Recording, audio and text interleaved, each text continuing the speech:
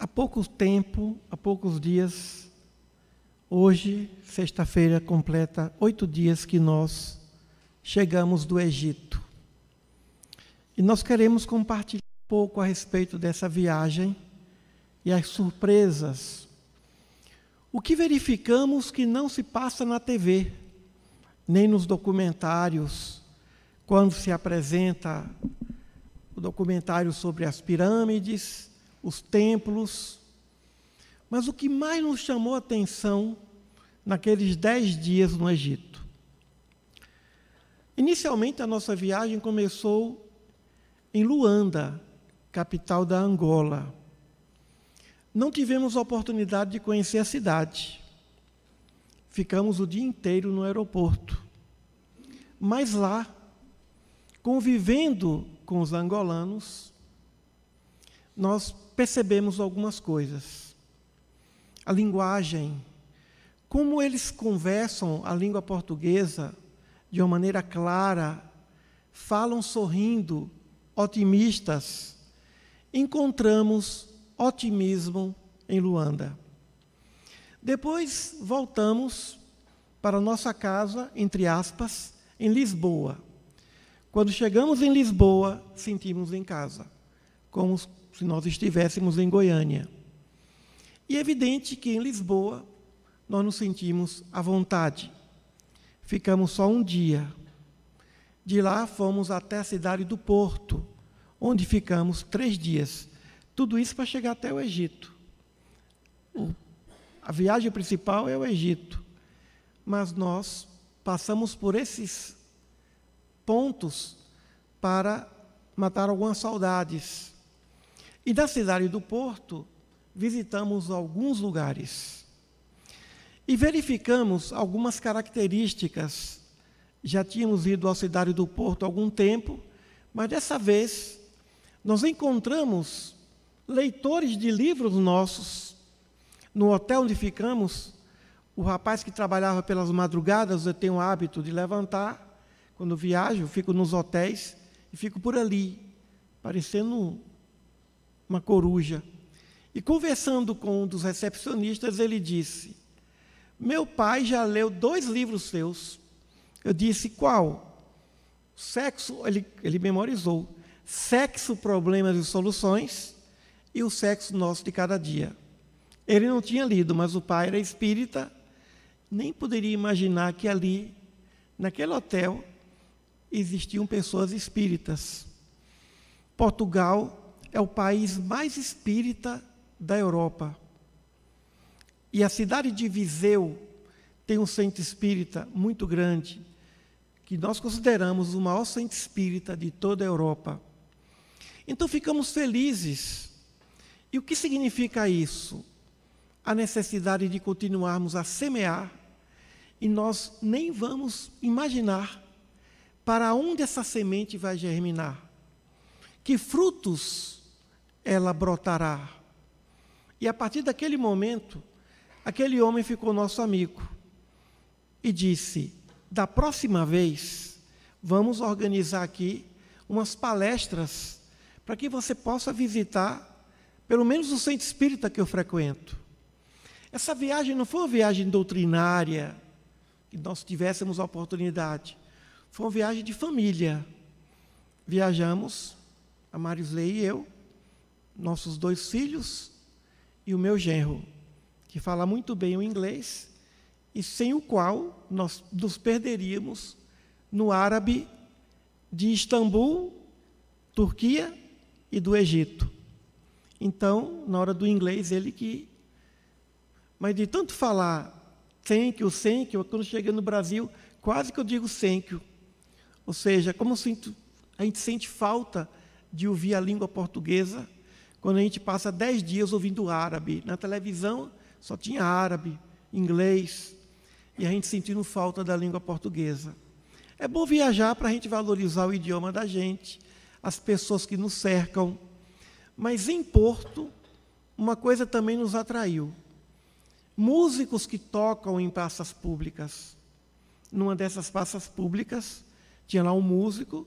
Aproveitamos o que não fazemos aqui em Goiânia, porque não tem música ao ar livre. dançamos eu e a Marisley, no meio da chuva, do vento e do frio. Música ao ar livre. Visitamos uma torre chamada Torre dos Clérigos, onde tivemos que subir quantos degraus? 120 degraus. Estou traumatizado até hoje com tanto degrau. E aí saímos de Porto, a expectativa para chegar até o Egito. Mas antes disso passamos por Istambul, capital da Turquia. E lá tem tudo de bom, para quem gosta de comprar. O problema é comprar muita coisa e depois ter que passar pela alfândega. Visitamos várias mesquitas, igrejas, mas o que mais nos chamou a atenção naquela cidade foi o otimismo de novo das pessoas. Com filas e filas e todo mundo na fila, mas ninguém mal-humorado. Todo mundo estava ali, a fila andava para visitar a igreja de Santa Sofia, que agora se transformou numa mesquita. Era uma igreja católica, mas aquele templo foi construído pelos muçulmanos e agora voltou a ser mesquita. Mas ali nós percebemos a fé. Lá, nessa região, não existem centros espíritas. Não há núcleos que estudam a doutrina espírita. Quando a gente vai para o mundo árabe, o islamismo ali impera. Mas ninguém bebe. Não há bebida para se vender. Eles não bebem, fumam, mas não bebem. Talvez o fato daquela população não beber faz com que eles sejam mais lúcidos. Ou seja, o benefício do mundo islâmico, do islamismo implementado por Maomé. As pessoas oram 5 vezes por dia, lembram de Deus 5 vezes por dia. Uma cultura de fé. Em Istambul, assim como nas cidades do Egito, passamos em 6 cidades. Ali existe uma cultura de fé.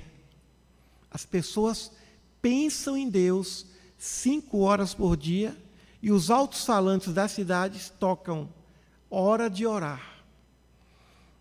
Eu nunca lembrei de tanto orar quanto nas cidades muçulmanas. Aqui a gente passa o dia inteiro, até esquece. Lá não, começa às 5h30 da manhã e vai até às 5h30 da tarde. Ou seja, 5 vezes para parar e orar em direção à Meca. Então, nós que estamos aqui no mundo cristão, no mundo ocidental, e que nos consideramos, por que não dizer, até superiores, porque aqui nós temos o maior dos profetas, o Messias, Jesus de Nazaré, mas passamos os dias, dia após dia, sem lembrarmos da oração. E eles lembram 5 vezes por dia, orando, não bebem. Quando fazem isso, às escondidas ou em casa, ou seja, um povo de fé. E agora vamos até o Egito. No primeiro dia, nós visitamos as pirâmides.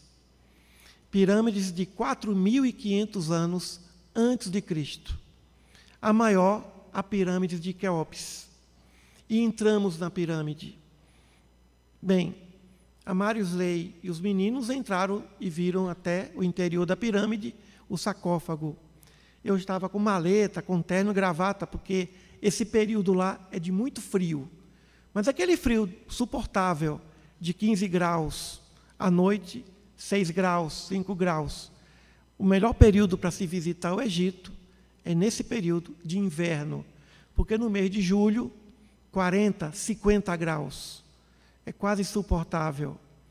E olhando aquelas 3 pirâmides, uma de 146 metros, a outra de 143 metros, diferença apenas de 3 metros uma da outra, e a outra com 66 metros.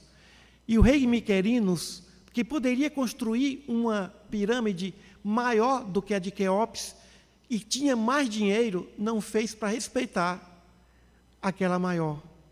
Ou seja, um faraó que poderia ter construído a maior dentre todas as pirâmides, respeitou as duas maiores pirâmides do Egito, porque ele tinha recurso para fazer. A humildade de saber respeitar o superior.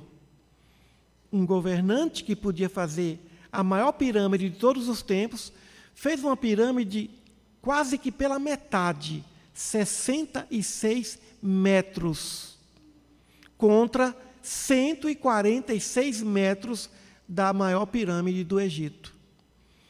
A atitude desse faraó. E aí nós lembramos do apóstolo Paulo: nada faças por contenda ou por vanglória, e sim por humildade. E qual foi o grande objetivo das pirâmides? Uma homenagem à morte, à imortalidade da alma, que a vida continua. Há 4.500 anos que os faraós, que os reis, os governantes do Egito, preconizavam, lembrando assim a imortalidade da alma. Mas eu perguntei ao nosso guia o que mais atraía ele, um egípcio que fala fluentemente a língua portuguesa. E nós brincamos com ele falando: você tem certeza que você não é um brasileiro foragido, está aqui e agora está dando uma de egípcio? Porque ele falava sem nenhum sotaque. Ele falava muito bem, fala muito bem a língua portuguesa. E eu perguntei, ele é muçulmano, islâmico, o que mais lhe atrai aqui, dentre tantas coisas?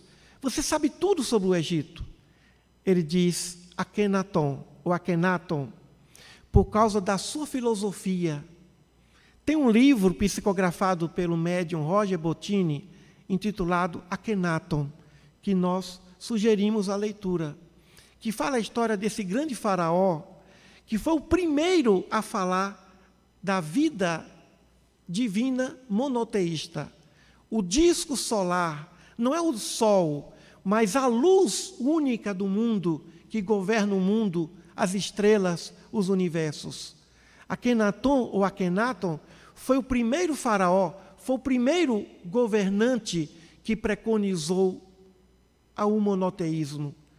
Depois isso passou por Abraão, mas ele foi, e sua esposa Nefretiti, que os grandes sacerdotes do pensamento monoteísta foram perseguidos e mortos por isso, por aqueles que acreditavam em vários deuses.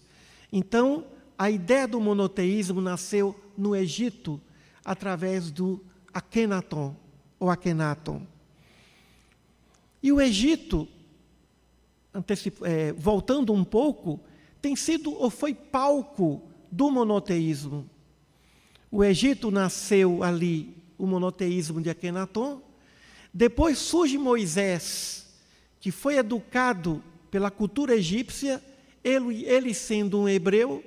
E mais adiante, o Egito abrigaria Jesus, protegendo o menino contra a perseguição de um judeu, de um hebreu. E ali, nas areias do Egito, o nosso mestre aprendeu a caminhar. Alguns anos depois, ele voltou. E ficamos emocionados quando visitamos a igreja de São Sérgio. A igreja no lugar onde a Santa Família, José, Maria e Jesus, ficaram escondidos por 3 meses e cavaram um poço. Esse poço está lá até hoje. Tem fotos, é só entrar na internet. A água, eu ficava olhando para aquela água e pensando, foi desse poço que Maria, que José tirou água para dar a Jesus. E ficávamos imaginando, Jesus conhecendo as pirâmides, como ele deve ter admirado aquela arquitetura, diferente do templo de Jerusalém, quando ele disse, diante dos apóstolos, Senhor, olha que templo, olha que beleza. E ele disse, não ficará pedra sobre pedra. E realmente, o templo de Jerusalém foi destruído. Mas as pirâmides prosseguem. E o menino Jesus deve ter admirado aquelas pirâmides, aqueles templos de fé. Aprendeu a caminhar sobre as areias do Egito e saiu de lá com quase 9, 8 anos de idade, depois que o perseguidor Herodes havia desencarnado. Então eles voltam para Belém. Então, ficávamos a imaginar, ali, naquela igreja de São Sérgio, onde ainda existia pedra, o poço coberto, mas tem o vidro. Ficávamos a imaginar aquela família ali, escondida por 3 meses. E depois eles foram para outros lugares, escondidos também, e passaram por ali vários anos. Então o Egito, além de ser o berço da civilização, foi realmente o berço do monoteísmo e protegeu o menino Jesus. Se não fosse o Egito, Herodes, que havia perseguido e perseguiu e matou tanta gente, Jesus não sobreviveria àquela perseguição. Então, o significado daquele lugar. Então, olhando para as pirâmides do Egito, ficamos a pensar em Jesus. O que Jesus sentiu vendo essas pirâmides? O que ele imaginou vendo essas pirâmides? Depois visitamos os templos de Ramsés II, lá em Abu Simbel, em Nefritari, em frente ao lago Nasser, e tiramos fotos. E aí começamos a admirar os templos do Egito. De Ramsés, o templo de Horus, na cidade de Édifo, e começamos a visitar vários templos. E o que mais nos chama a atenção, no Vale dos Reis, os sepulcros, há uma diferença entre túmulo, tumba e sarcófago. Sarcófago é o lugar onde o faraó era sepultado, o ambiente, o caixão, entre aspas. E a tumba era tudo que envolvia, onde ali se colocava todas as riquezas, os bens, porque eles acreditavam que depois da morte, esses bens poderiam acompanhá-los. E não somente bens, alguns servos até queriam também morrer para acompanhar o seu rei, o seu senhor, além dessa vida. Mas o que nos chama a atenção, a arte egípcia, a pintura, a escultura, a paciência. Teve um templo, o templo de Horus, levou 180 anos para ser construído. Nós queremos fazer as coisas em uma semana, construir uma casa em um mês. Os templos construídos em séculos, a paciência, o detalhe, a riqueza da arte egípcia. Impressionante a paciência daquele povo. Mas assim como Akhenaton é o que mais chama a atenção daquele nosso guia, eu vou dizer o que mais me chamou a atenção no Egito. Não foram as pirâmides, não foram os templos, não foram o Vale dos Reis, não foram diversas construções que ali existiam, mas o povo egípcio. O povo egípcio. Eu nunca vi um povo tão bem-humorado. Até para vender, eles usavam do bom humor.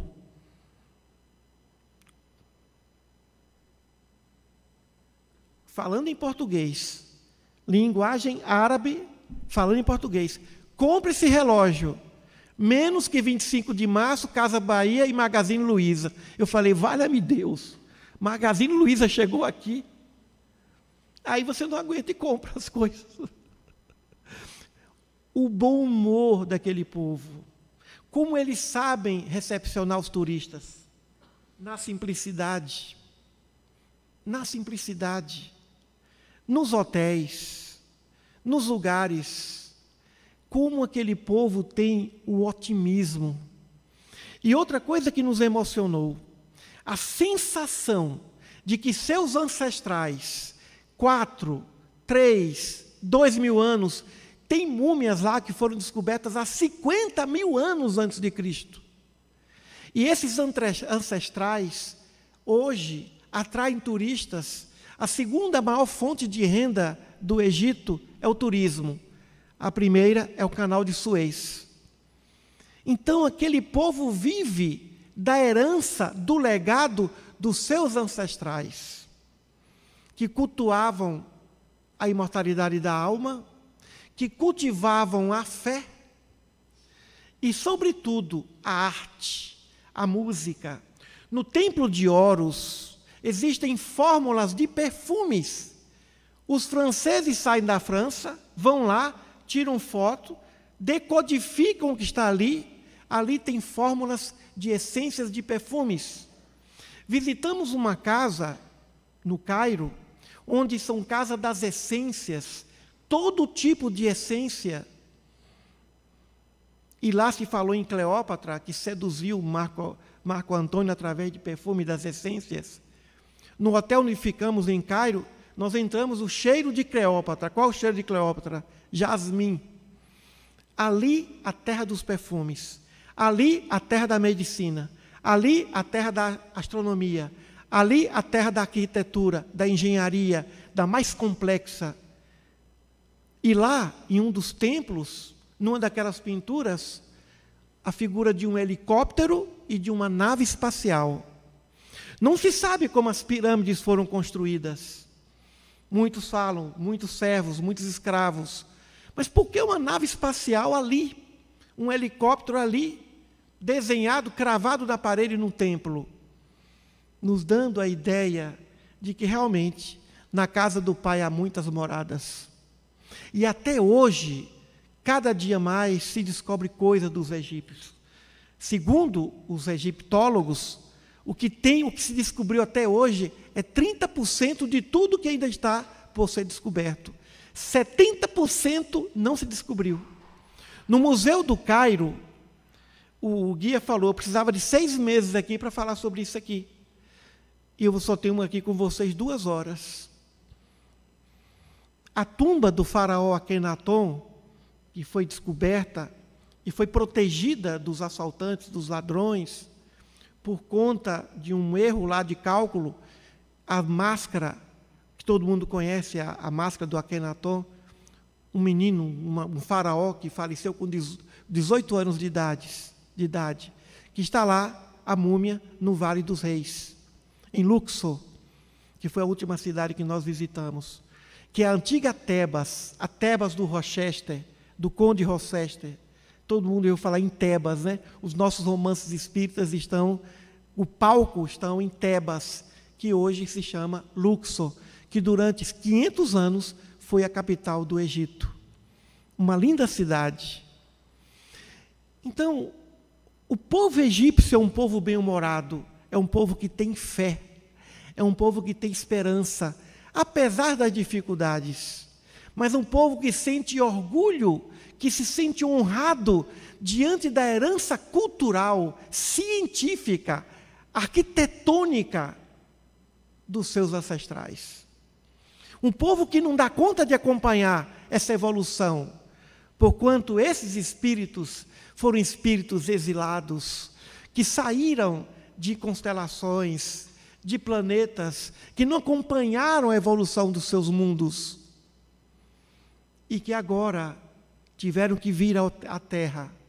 Uns foram ao Egito, grandes cientistas, obras, entre aspas, faraônicas, o apogeu da suntuosidade, do que há de mais bonito que o homem fez na Terra. O nosso guia dizia,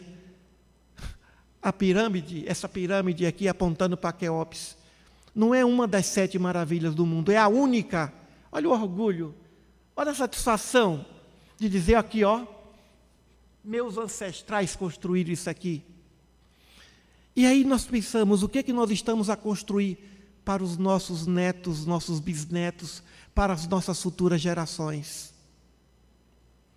Enquanto isso, na Grécia Antiga, no século V e VI, aí vem Pitágoras, Sócrates, Platão, Aristóteles, enquanto que no Egito vão os grandes construtores, na Grécia reencarnam os grandes pensadores. Aqueles que falam do conhecimento de si mesmo. A origem do espiritismo no pensamento platônico, socrático e pitagoreano. E nós pensamos, onde estão os novos filósofos, os novos arquitetos?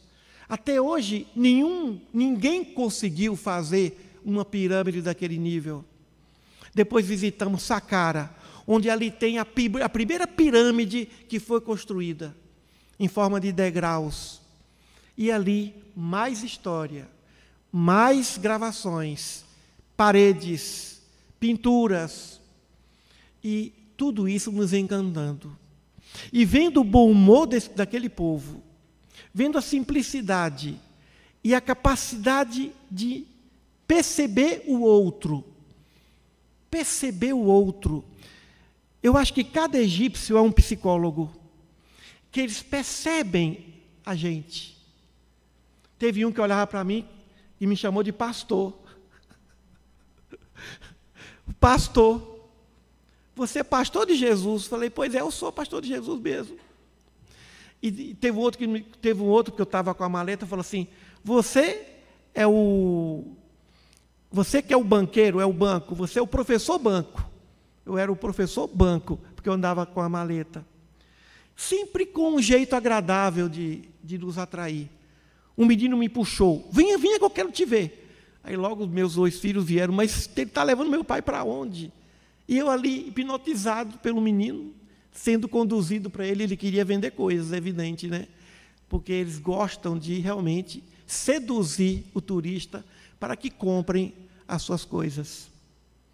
Então, o bom humor e, ao mesmo tempo, a satisfação de saber que pertencem a uma cultura que atrai gente de todo mundo, de todo mundo. Ali existiam pessoas de todo o planeta, de todos os lugares do planeta. E a gente pensa, quando a obra é bela, ela não precisa sair do lugar, o mundo vai até ela. Então, eu aconselho que os senhores, quem puder ir até o Egito, ótimo, quem não puder, entra no YouTube, porque lá tem documentários que falam, e a sensação de andar sobre o rio Nilo numa barca, o grande rio Nilo, o segundo maior rio do mundo, que ali, nos nossos romances espíritas, está cheio de grandes histórias. Quem? Faraós, reis, rainhas, construtores, gente do povo, admirando o grande rio Nilo. Se o grande rei Sol inspirou a divindade única, o rio Nilo inspirou a beleza e a fartura e a bonança desse povo, desse ser iluminado que nós chamamos de Pai, de Alá, de Jeová, não importa o nome que se dê, do nosso Pai amado. Então ali não é lugar, quando você for fazer uma viagem ao Egito, de descansar. É lugar para não dormir. É lugar para levantar 3 horas da manhã para pegar a van e ir até a próxima cidade para ver mais uma construção, mais um templo com seus ensinamentos, com suas fórmulas, com seus ensinamentos que tempos depois, milhares de anos depois, foram decifrados. Ensinamentos de vitória, de otimismo, de fé, de amor, e também de traição, e também de desencantos, histórias de desilusões, histórias de ilusões. Eles contam as histórias deles, das paredes dos templos. Então nós saímos e chegamos a uma viagem como essa, quando perdemos até a noção de tempo, que dia é hoje, não sabíamos se era quinta, se era quarta-feira, porque nós estávamos na frequência, na faixa daquela beleza cultural. E quando voltamos para cá, nós pensamos, o que eu posso fazer? Nós somos mais importantes do que qualquer pirâmide. Nós somos mais importantes do que qualquer templo que o homem possa fazer na Terra. Nós somos o grande templo, o Espírito é o grande templo da eternidade. As nossas consciências são os nossos altares. E os nossos atos são as nossas oferendas. Então, é evidente que dentro de nós está a semente, a pirâmide, o templo. Está dentro de nós a arte, a cura, o perfume. Dentro de nós está tudo isso. E nós voltamos com a responsabilidade de fazer as coisas melhor do que antes. Com mais consciência, com menos rotina, com menos automatismo, enxergando coisas que antes não enxerga. É isso que faz uma viagem. Uma viagem cultural nos abre a mente, nos dá coragem para tomar algumas decisões. Então, eu sugiro aos irmãos, uma vez eu fiquei a tarde toda visitando o cemitério da França, onde está o túmulo de Allan Kardec. Das 2 às 6, só visitando o túmulo pela internet. À noite fui fazer palestra, só falei da tumba, que lá tinha... Aí fui falando do túmulo de Kardec, de Victor Hugo, de Napoleão Bonaparte.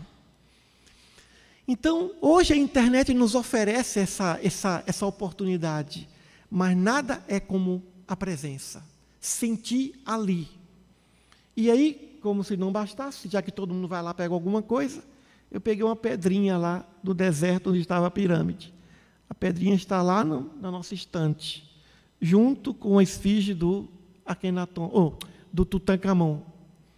Então, é uma viagem cultural, serve para fortalecer a nossa fé, mas também para fortalecer o espírito, para dar coragem ao espírito, para que ele não tenha medo de coisa alguma, para que ele renove a sua esperança, para que ele renove o seu amor. Então, nós entramos no ano 2023 envolvidos pela fé daquele povo egípcio. E como nós gostaríamos de ver o governo egípcio e o governo brasileiro mais entrosado, para que haja voos diretos entre Brasília e Cairo, Guarulhos e Cairo, e quem sabe Goiânia e Cairo, para que não se passe em outros lugares, para que haja uma ponte entre o novo mundo, a terra do Evangelho e a terra dos faraós, e a terra do monoteísmo, e a terra da ciência, e a terra de Moisés, e a terra do menino Jesus. O Egito foi a terra do menino Jesus. A Palestina, Nazaré, Jerusalém, Belém, a Galileia, a Judéia, foram as terras do Mestre Jesus. Mas onde Jesus aprendeu a falar, aprendeu a caminhar, aprendeu as primeiras letras, aprendeu, se sentiu seguro, a plantinha foi protegida nas terras, no solo egípcio. Então, se algum dia você se sentir perseguido, se algum dia você sentir que está sendo morto ou morta pela rotina da vida, pela mágoa, pela decepção, pela dor, vá ao Egito. Você não voltará do jeito que foi. Voltará mais animado, superando medos, superando aflições, superando dores. Ali tinha gente de todas as idades, pessoas idosas de mais de 90 anos, quase 100 anos, ali, que conheceram todo mundo, mas deixou o Egito para depois. Não deixemos o Egito para depois. Coloquemos o Egito como o primeiro lugar para se conhecer fora do Brasil. Primeiro lugar. E quando se fala assim, vou ao Egito, o pessoal acha lindo, que bom, e tudo. Mas diz, vai você, que eu quero ir para Paris, Londres, eu quero ir para a Europa, Estados Unidos, Nova York, né? Lugares que você vai para repousar. Mas coloquemos o Egito em primeiro lugar. Depois, a Terra Santa. Aí Jerusalém, a Galileia, aí sim. Egito em primeiro lugar. Depois, a Terra Santa. Comecemos do começo. Aí depois vamos para outros lugares. Conhecer a cultura da Rússia, da China, do Japão, a cultura da Índia, a tão atraente Índia, onde está lá o nosso Dalai Lama. Então, meus irmãos, eu queria compartilhar com os senhores a respeito dessa sensação, da importância de se fazer uma viagem, da importância de viajar, se não for fisicamente, pelo menos mentalmente. Albert Einstein dizia que ele aprendia mais pela imaginação do que com os livros. Infelizmente, nós usamos as nossas imaginações para pensar em coisas desagradáveis. Allan Kardec usava a sua imaginação para superar seus problemas. E ele conta, eu me imagino saindo da Terra, vejo o planeta Terra distante, fico admirando esse grão de areia no universo. E quando eu volto à Terra, os meus problemas desaparecem. o poder mental do maior e mais poderoso dos pensamentos, o pensamento da imaginação em frequências superiores. Então, se não for possível fisicamente estar diante das pirâmides, vamos pela imaginação ou vamos pela internet, o YouTube, tem tudo ali. Documentários, a TV, tem tudo ali. Gente que faz documentário, claro que ali ele não tem como transmitir muita energia. A energia tem que ser presencial, mas a imaginação nos faz recordar. E o que acontece com tudo isso? O espírito acorda. O espírito, ele é tocado quando nós vamos visitar lugares que por algum momento nós passamos em vidas passadas, ou que se não passamos, ali nós somos tocados por aqueles que estão ali, pelas suas construções, pelas suas obras, e ali o espírito sai renovado para vencer suas dificuldades e cumprir a sua missão na terra. Então, que Deus abençoe aquele povo egípcio, que Deus proteja aquele povo egípcio, o povo da Turquia, o povo da Europa, da África, a mãe de todas as culturas é a África, e o Egito fica na África. E que bom que a gente passou por Angola. Queremos depois voltar para conhecer Luanda, conhecer melhor aquela cultura, porque muitos escravos saíram de lá, inclusive o pai do meu bisavô. O meu bisavô Emídio veio da África. Não sei qual país, mas pelo que se fala, foi de Angola. Mas não foi dessa vez. Então, é um ótimo lugar para se visitar, para que o espírito possa ser tocado no seu subconsciente, na sua memória integral, e nós voltemos à nossa realidade do dia a dia mais fortalecidos. A Marisei sempre diz que quando eu vou visitar a minha cidade em Natal, eu volto sempre melhor do que quando eu fui. Mais alegre eu não percebo. Eu sempre penso que eu vim do mesmo jeito que eu fui, mas não. Às vezes você não tem consciência do que está acontecendo, mas o subconsciente capta energias, capta informações que nem sempre o consciente pode decodificar, pode interpretar. Por isso que fazer uma viagem ao Egito é algo que nos chama atenção, porque todos nós temos um pé ali, todos nós devemos algo ali, porque se a nossa fé em Deus existe, porque veio dali. Se nossa vida está comprometida com Jesus, porque veio dali.